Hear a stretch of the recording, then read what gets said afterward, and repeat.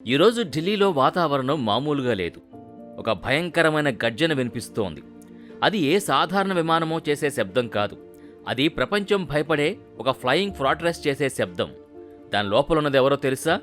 ఒకే ఒక్క సంతకంతో ప్రపంచాన్ని ఆపేయగల శక్తి ఉన్న రష్యా అధ్యక్షుడు వ్లాదిమిర్ పుతిన్. అవును, అమెరికా అధ్యక్షుడు డొనాల్డ్ ట్రంప్ కళ్ళు ఎర్రజేస్తున్నా, నాటో దేశాలు హెచ్చరికలు జారీ చేస్తున్నా, భారత్ మాత్రం తన పాత మిత్రుడి కోసం ఢిల్లీలో రెడ్ కార్పెట్ పరిచింది. ఈరోజు మనం చూడబోయేది కేవలం ఒక పర్యటన గురించి కాదు. ఇది ప్రపంచ రాజకీయాల్ని మార్చేయబోయే ఒక పవర్ గేమ్. పుతిన్ వాడుతున్న ఆ విమానం ప్రత్యేకత ఏంటి? ఆయన వెంట వచ్చే ఆ సీక్రెట్ బ్రీఫ్ కేస్ కథ ఏంటి? అసలు ఈ సమయంలో పుతిన్ భారత్ రావడం వెనుకున్న అసలు రహస్యం ఏంటి? ఈ వీడియోలో ప్రతి పాయింట్ క్లియర్గా తెలుసుకుందాం. The flying Kremlin. ఆ విమానం గురించి మాట్లాడుకుందాం. దీని పేరు ఇల్యూషన్ 296-300 PU. దీన్ని ప్రపంచం ఫ్లయింగ్ క్రెమ్లిన్ అని పిలుస్తుంది. ఎందుకంత స్పెషల్? సాధారణంగా దేశాధినేతలు వాడే విమానాల్లో లగ్జరీ ఉంటుంది. కానీ ఈ విమానంలో లగ్జరీతో పాటు యుద్ధం చేసే సత్తా కూడా ఉంది. Nuclear command centre. ఈ విమానం గాల్లో ఉండగానే పుతిన్ రష్యా సైన్యానికి ఆదేశాలు ఇవ్వగలరు. ఒకవేళ భూమి మీద రష్యా కమాండ్ సెంటర్లు ధ్వంసమైనా ఈ విమానం నుంచే అణుక్షిపణుల్ని ప్రయోగించే రెడ్ బటన్ నొక్కచ్చు. అందుకే దీన్ని డూమ్స్డే ప్లేన్ అంటారు. భద్రతా వలయం. దీన్ని కూల్చటం దాదాపు అసాధ్యం. దీనికి సొంత రాడార్ జామింగ్ సిస్టమ్ ఉంది. ఎవరైనా దీనిపై మిస్సైల్ వేస్తే అది గాల్లోనే దాన్ని దారి మళ్లించి పేల్చేస్తుంది.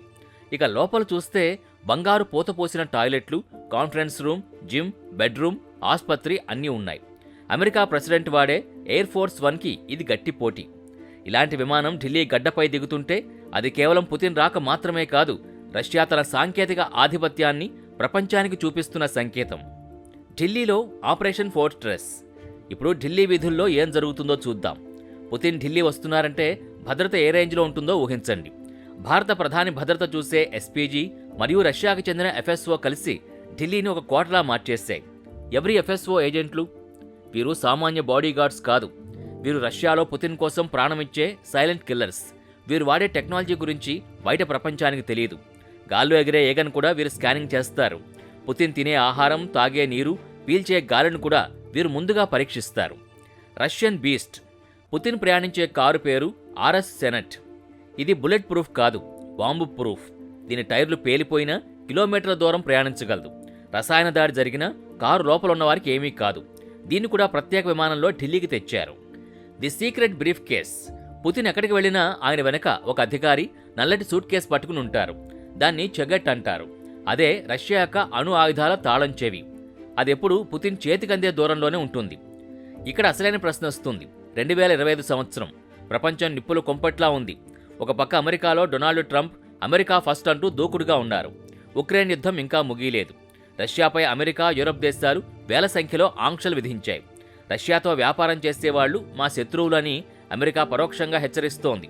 మరి ఇంత ఒత్తిడిలో కూడా మోదీ ప్రభుత్వం పుతిన్ని ఎందుకు ఆహ్వానించింది? దీని వెనుక 3 బలమైన కారణాలున్నాయి. స్వతంత్ర విదేశాంగ విధానం. భారత్ ఎప్పుడూ ఎవరి పక్షాన ఉండదు. భారత్ పక్షాన మాత్రమే ఉంటుంది. అమెరికా మనకు కొత్త ఫ్రెండ్ కావచ్చు, కానీ రష్యా మనకి ఆపద్బాంధవుడు. 1971 యుద్ధంలో అమెరికా మనపైకి నౌకాదళాన్ని పంపినప్పుడు అడ్డుగా నిలబడింది రష్యానే.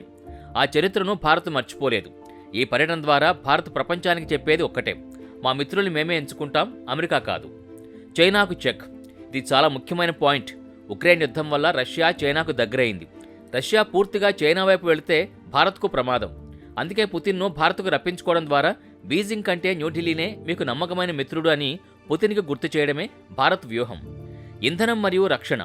పాశ్చాత్య దేశాలు వద్దన్నా భారత్ రష్యా నుంచి తక్కువ ధరకి చమురు కొంటూనే ఉంది. దీనివల్ల మన పెట్రోల్ ధరలు అదుపులో ఉన్నాయి. అలాగే మన సైన్యంలో 60% ఆయుధాలు రష్యావే. వాటి స్పేర్ పార్ట్స్, కొత్త టెక్నాలజీ మనకు కావాలి. ఈ పర్యటనలో ఏం జరగబోతోంది? ఇది 23వ వార్షిక సదస్సు. ఇందులో కొన్ని సంచలన ఒప్పందాలు జరిగే అవకాశం ఉంది. Defence deals. S-400 డెలివరీ పూర్తయింది. ఇప్పుడు ప్రపంచంలోనే అత్యంత శక్తివంతమైన S-500 ఎయిర్ డిఫెన్స్ సిస్టమ్ గురించి చర్చ జరగచ్చు. అలాగే Su-57 మరియు సూపర్ సుఖోయ్ అప్గ్రేడ్స్పై సంతకాలు జరగచ్చు. Make in India. కేవలం కొనడం మాత్రమే కాదు, రష్యా టెక్నాలజీతో భారత్లోనే ఆయుధాలు తయారు చేసే ఒప్పందాలు మరింత వేగవంతం అవుతాయి. చెన్నై వ్లాదివోస్టాక్ కారిడార్. ఇది గేమ్ చేంజర్. రష్యా నుంచి సరుకులు భారత్ రావాలంటే ప్రస్తుతం యూరప్ చుట్టూ తిరిగి రావాలి. కానీ ఈ కొత్త సముద్ర మార్గం ఓపెన్ అయితే రవాణా సమయం సగానికి తగ్గుతుంది. ఇది చైనా యొక్క బెల్ట్ అండ్ రోడ్కి గట్టి పోటీ ఇస్తుంది. రూపాయి, రూబుల్, డాలర్ మీద ఆధారపడకుండా మన కరెన్సీలోనే వ్యాపారం చేసుకునే విధానాన్ని మరింత బలోపేతం చేయనున్నారు. ఇది అమెరికా డాలర్ ఆధిపత్యానికి పెద్ద దెబ్బ. అమెరికా రియాక్షన్ ఏంటి? అమెరికాకి ఇది ఖచ్చితంగా మింగుడు పడని విషయమే. ట్రంప్ తిరిగొచ్చాక భారత్ పూర్తిగా అమెరికా వైపు ఉండాలని కోరుకుంటారు. కానీ భారత వైఖరి స్పష్టంగా ఉంది. క్వాడ్ గ్రూప్లో ఉంటూనే రష్యాతో స్నేహం చేయడం భారత దౌత్య నీతికి నిదర్శనం. అమెరికాకు చైనాను అడ్డుకోవాలంటే ఆసియాలో భారత్ అవసరం చాలా ఉంది. అందుకే వారు గట్టిగా అరవడం తప్ప భారత్పై చర్యలు తీసుకునే సాహసం చేయలేరు. రక్షణ రంగం తర్వాత భారత్ రష్యా బంధంలో అత్యంత కీలకమైంది అణుశక్తి.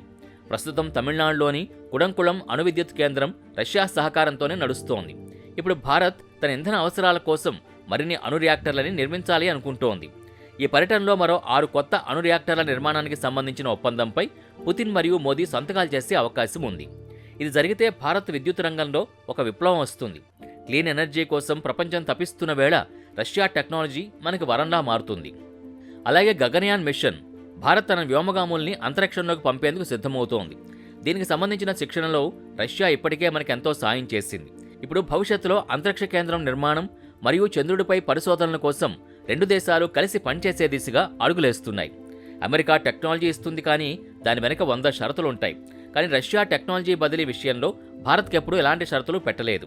బ్రహ్మోస్ మిసైల్ దీనికి అతిపెద్ద ఉదాహరణ. 2 దేశాలు కలిసి తయారు చేసిన ఈ మిసైల్ ప్రపంచంలోనే అత్యుత్తమమైంది. ఇప్పుడు ఇలాంటి జాయింట్ వెంచర్లు మరిన్ని వచ్చే అవకాశం ఉంది. చివరిగా గ్లోబల్ మెసేజ్. ఈ పర్యటన ద్వారా మోదీ ప్రభుత్వం ప్రపంచానికి ఒక స్ట్రాంగ్ సిగ్నల్ ఇస్తోంది. భారత్ ఎవరి ఒత్తిడికి తలొగ్గదు. మా జాతీయ ప్రయోజనాలే మాకు ముఖ్యం. ఐక్యరాజ్యసమితి భద్రతా మండలిలో భారత్కు శాశ్వత సభ్యత్వం దక్కాలన్న విషయంలో రష్యా ఎప్పుడూ మనకు మద్దతుగా నిలుస్తోంది. ఇప్పుడు పుతిన్ రాకతో ఆ మద్దతు మరింత గట్టిపడుతుంది. చైనా, పాకిస్తాన్ లాంటి శత్రువుల మధ్య ఉన్న భారత్కి రష్యా లాంటి బలమైన, నమ్మకమైన మిత్రుడు తోడుగా ఉండడం ఎంతైనా అవసరం. ఈ 48 గంటల పర్యటన కేవలం వర్తమానం కోసమే కాదు, రాబోయే 20-30 ఏళ్ల భారత భవిష్యత్తుకు భద్రతనిచ్చే పునాది రాయి లాంటిది. మరొక ముఖ్యమైన విషయం గమనించాలి. ఇటీవల చైనా మరియు రష్యా తమ బంధాన్ని నో లిమిట్స్ ఫ్రెండ్షిప్ అని ప్రకటించుకున్నాయి. ఇది చూసి చాలామంది భారతీయులు ఆందోళన చెందారు. కానీ ఇప్పుడు పుతిన్ స్వయంగా ఢిల్లీకి రావడం ద్వారా చైనాతో స్నేహం వేరు, భారత్తో బంధం వేరు అని స్పష్టం చేస్తున్నారు. రష్యాకు తెలుసు చైనా ఒక వ్యాపారి లాంటిది, కానీ భారత్ ఒక నిజమైన మిత్రుడు. కష్టకాలంలో రష్యాకు అండగా నిలిచింది భారత్ మాత్రమే. అందుకే ఎన్ని అంతర్జాతీయ ఒత్తిళ్లున్నా పుతిన్ తన పాత దోస్తు కోసం ఢిల్లీ వస్తున్నారు. ఇది నిజంగానే భారత దౌత్య విజయానికి నిలువుటద్దం. ఫ్రెండ్స్, ఢిల్లీలో దిగుతున్న ఆ విమానం, రోడ్లపై తిరుగుతున్న ఆ కార్లు, ఇవన్నీ చూస్తుంటే ఒకటి అర్థమవుతుంది: ప్రపంచం మారుతోంది. ఒకప్పుడు అమెరికా చెప్పింది వేదంగా ఉండేది, కానీ ఇప్పుడు భారత్ లాంటి దేశాలు తమ సొంత నిబంధనల మీద ప్రపంచంతో వ్యవహరిస్తున్నాయి. పుతిన్ రాకతో భారత రష్యా స్నేహం మరో 50 ఏళ్లకి రెన్యువల్ అయినట్టే. ఓల్డ్ ఈజ్ గోల్డ్ అనే సామెతని భారత్ నిజం చేసి చూపిస్తోంది. వచ్చే 48 గంటల్లో వెలువడే ప్రకటనలు ప్రపంచ రక్షణ మరియు ఆర్థిక రంగాల్లో ప్రకంపనలు సృష్టించడం ఖాయం. మీకేమనిపిస్తోంది? అమెరికా బెదిరింపుల్ని లెక్క చేయకుండా పుతిన్ని పిలిచి భారత్ సరైన పనే చేసిందా? రష్యాతో మన స్నేహం భవిష్యత్తులో మనకు మేలు చేస్తుందా? మీ అమూల్యమైన అభిప్రాయాన్ని కామెంట్స్లో తప్పక తెలియచేయండి. జై హింద్.